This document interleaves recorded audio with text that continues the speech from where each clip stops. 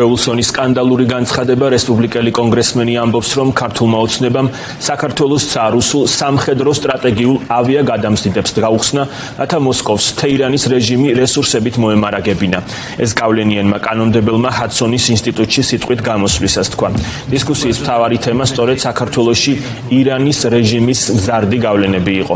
რესპუბლიკელმა კონგრესმენმა ბიძინა ივანიშვილს ომის დამნაშავე პუტინის მეგობარი ოლიგარქი უწოდა, მისი მართვის სტილს კი მაფიოზური. ღონისძიების მონაწილეების თქმით, თბილისსა და თეირანს შორის მზარდი კავშირები ვაშინგტონისთვის განსაკუთრებული შეშფოთების საგანი უნდა იყოს, რადგან ეს პირდაპირ საფრთხეს უქმნის ამერიკის ეროვნული უსაფრთხოების ინტერესებს სამხრეთ კავკასიაში, ასუსტებს დასავლურ გავლენას და აძლიერებს რეჟიმს, რომელიც მიზნად ისახავს 1979 წლის ისლამური რევოლუციის იდეოლოგიის ექსპორტს. მარიკა ბოლქვაძე აგრძელებს ამ თემაზე ფორმულას პირდაპირ ეთერში საუბარს. დიახ, გარდა ამერიკელი კონგრესმენი ჯო უილსონისა, ამ დისკუსიაში მონაწილეობას იღებდნენ ჰადსონის უნივერსიტეტის ბოლო კვლევის ავტორები ლუკ კოფი და ქართველი გიორგი კანდელაკი. განხილვის მთავარი თემა იყო ქართული ოცნების ანტიდემოკრატიული ნაბიჯები საქართველოში და ირანულ-ქართული ურთიერთობების გაღრმავება, რომელსაც ხელს ყველაზე მეტად ქართული ოცნება უწყობს. თავდაპირველად, ვიდრე დისკუსია დაიწყებოდა, ჯო უილსონმა სიტყვის უფლებით ისარგებლა და აღნიშნა, რომ ბოლო პერიოდში განსაკუთრებით გაღრმავდა ქართულ-ირანულ ურთიერთობები, რაც ამერიკის ეროვნული უსაფრთხოებისთვისაც საფრთხის შემცველია. ამ ყველაფრის დასტურად კი მოიშველია იმ საჰაერო სივრცის გახსნა ირანისთვის სასარგებლო ავიაგადამზიდებისთვის, რომელიც რამდენიმე თვის წინ სწორედ ქართული ოცნების ხელშეწყობით მოხდა. ქართული ოცნების ლიდერს ბიძინა ივანიშვილს კი პუტინთან დაახლოებული ოლიგარქი უწოდა და აღნიშნა, რომ ქართული ოცნების პირობებში საქართველოში არა დემოკრატიული, არამედ ოლიგარქიული რეჟიმი და მმართველობის ფორმა არის ქვეყანაში დაწესებული. ისაუბრა აგრეთვე იმ ურთიერთობების გადატვირთვაზე, რომელსაც ქართული ოცნება ბოლო თვეებია განსაკუთრებით აპელირებს და საუბრობს, აღნიშნა, რომ ამ პირობებში, როცა პირდაპირ ოლიგარქიული მმართველობის სისტემაა ქვეყანაში მძვინვარებს რეპრესიული კანონები, შეუძლებელია ვისაუბროთ ურთიერთობების გადატვირთვაზე ამერიკის შეერთებულ შტატებთან, რადგან ქართული ოცნების ნაბიჯები პირდაპირ ეწინააღმდეგება ამერიკის შეერთებული შტატების ინტერესებს. როგორც გითხარით, გარდა ჯო უილსონისა, სიტყვის უფლებით დისკუსიის ფარგლებში ისარგებლეს ბოლო კვლევის ავტორებმა, ჰადსონის კვლევის უკაცრავად ლუკ კოფმა და გიორგი კანდელაკმა. ლუკ კოფმა თავის სიტყვაში ისაუბრა იმაზე, რომ საქართველოში ფუნქციონირებს ალ-მუსტაფას უნივერსიტეტი, რომელიც აძლიერებს ქართული ოცნების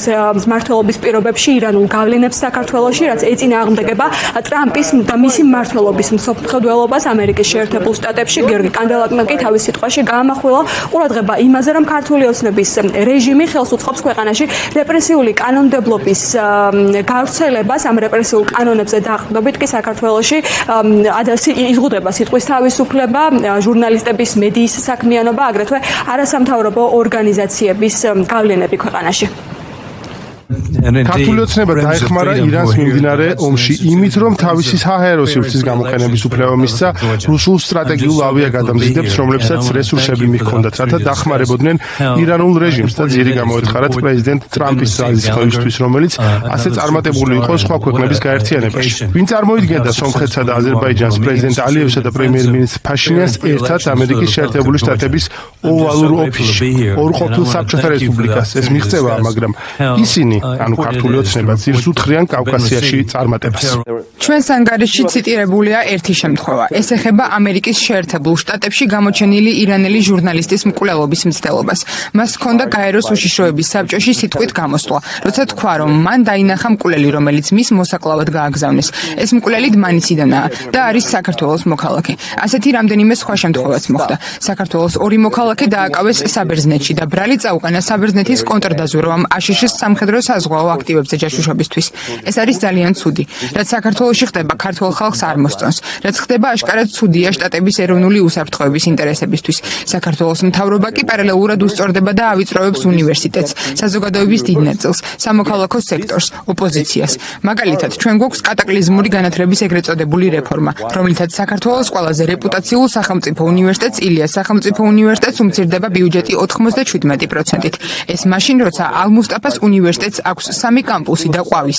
სკეპტიკოსი იტყოდა, რომ მას არ აქვს აკრედიტაცია, მაგრამ მერე რა, ის ხომ არსებობს, ყვავის. ჩვენ გვაქვს რეპრესიული კანონმდებლობა, რომელიც შთაგონებულია რუსეთის მიერ. თუ თქვენ იღებთ გრანტს რეპუტაციული აშშ-ის ფონდიდან, საერთაშორისო სტანდარტებით, იმ კანონებით, რომლებიც ძალაშია. ეს არის 6 წლით ციხეში მოხვედრის საშიშროება მაშინ, როდესაც ყალბი ირანული არასამთავრობო ორგანიზაციები ყვავიან. ირანი მოტივირებულია თავისი სურვილით გააგრძელოს ისლამური რევოლუციის იდეოლოგია. მათ ყავთ შიიტი მუსლიმი მოსახლეობა საქართველოში, რომელიც არ არის ისე სრულად ინტეგრირებული საზოგადოებაში, როგორც ალბათ უნდა იყოს. და ეს ხელსაყრელი ნიადაგია, მაგრამ მე მინდა ყურადღება ალ-მუსტაფას უნივერსიტეტზე გავამახვილო. ის იყო სანქცირებული ტრამპის პირველი პრეზიდენტობის დროს. ის კვლავ ფუნქციონირებს. ქართული ოცნება ამ საკითხს სერიოზულად არ უდგება. თქვენ შეგიძლიათ შეხვიდეთ ინსტაგრამზე და ნახოთ, სად მართავს ეს უნივერსიტეტი ღონისძიებებს. რა შეუძლია გააკეთოს ქართულ ოცნებას, რას უნდა ელოდეს ამერიკის შეერთებული შტატები, რომ ეს მთავრობა გააკეთებს.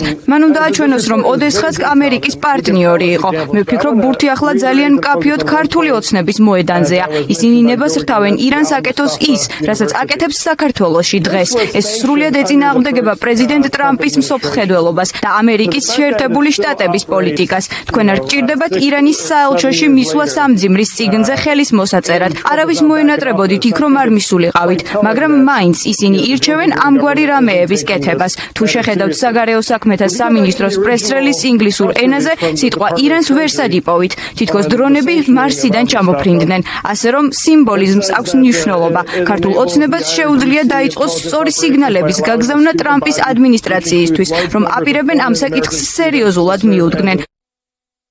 ხაცონის ინსტიტუტში გაკეთებულ ამ უმწვავეს განცხადებებს შეიძლება ასე დავარქვათ. პირველი შალვა პაპუაშვილი გამოეხმაურა, მან კვლავ